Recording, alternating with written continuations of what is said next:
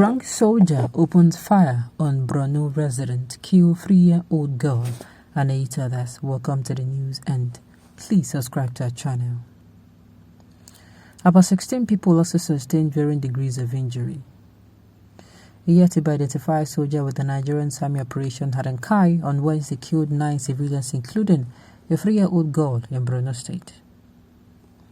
Sahara reports has gathered that the victims were killed when the trigger-happy soldier recklessly opened fire on people in Mafa town.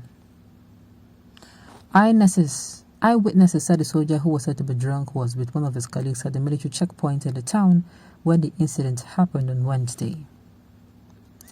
About 16 people also sustained varying degrees of injury.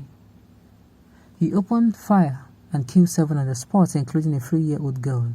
16 others sustained gunshot wounds, 2 of whom also later died, a resident of the community said. What is happening? Let me say this is not the first time when this is happening. I've heard about someone who was actually drunk,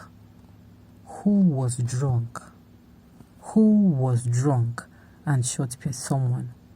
Now, the fact that it is recurring meant that the Nigerian army did not pay attention to that. Look, there are news. Look, let me say this.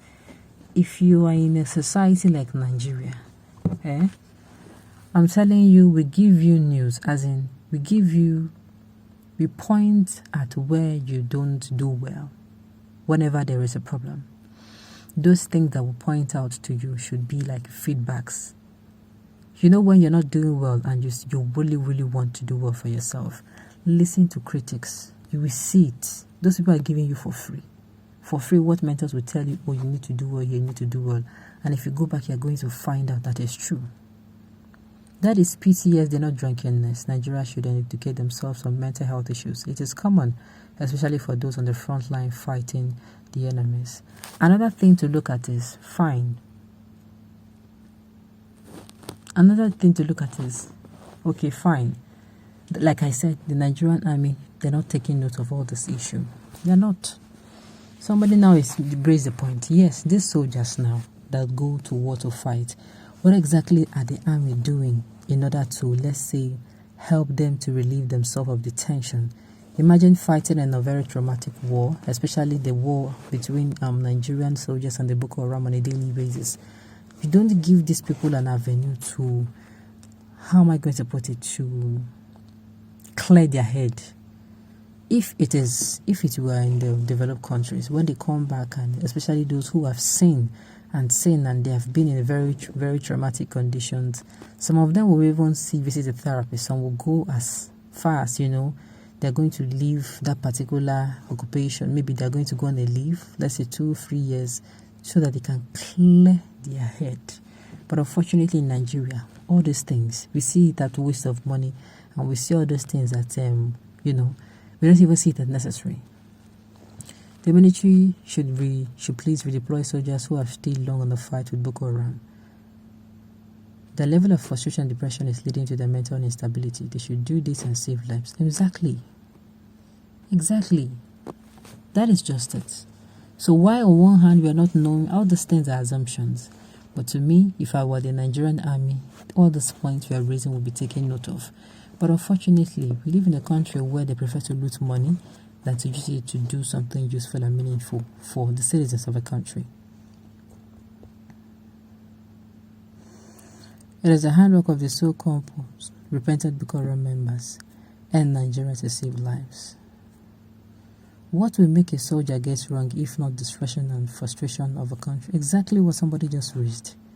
That is why I'm saying, if a Nigerian, not just the Nigerian army, even our leaders, they see Nigerian complaining as complaining. They see us ranting as complaining. They see us coming to give them feedback as complaining, forgetting that it is this feedback that will actually point to them what they are not doing right. Can you still doubt Nigeria? Okay. When we say Nigeria is a joke, some people don't take it serious. When you give Boko Haram and bandits gun and uniform, what do you expect from them?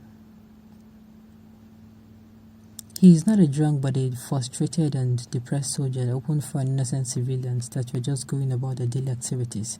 It is indeed sad for them to die in such a gruesome manner. This is a wake-up call for all authorities involved in checking the mental health of the officers before issuing them weapons.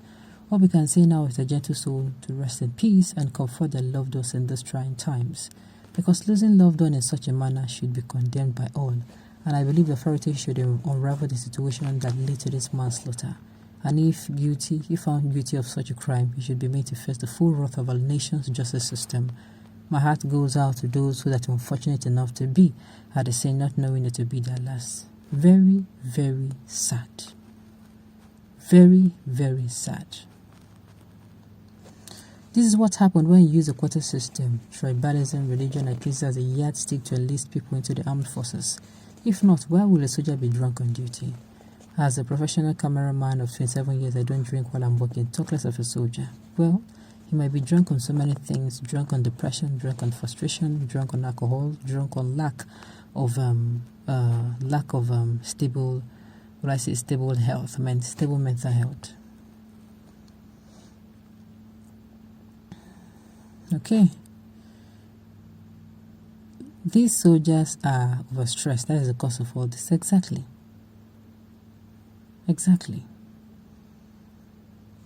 This is a result of constricting repentant Boko Haram terrorists in the Nigerian army. Well, at this point in time, all those things we're saying here are assumptions.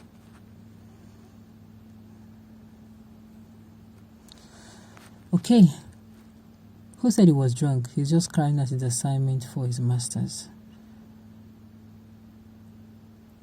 Trouble everywhere. I'm telling you, the kind of news that, look, while we are going out to say this soldier is facing, we ourselves on a daily basis, do you know how frustrating it means to live in this country?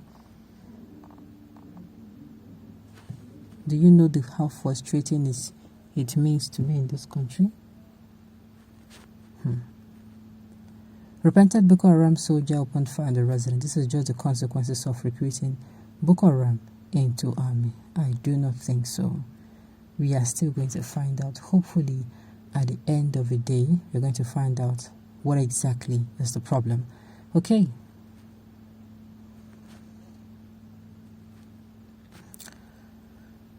We urge the residents to be happy. Okay.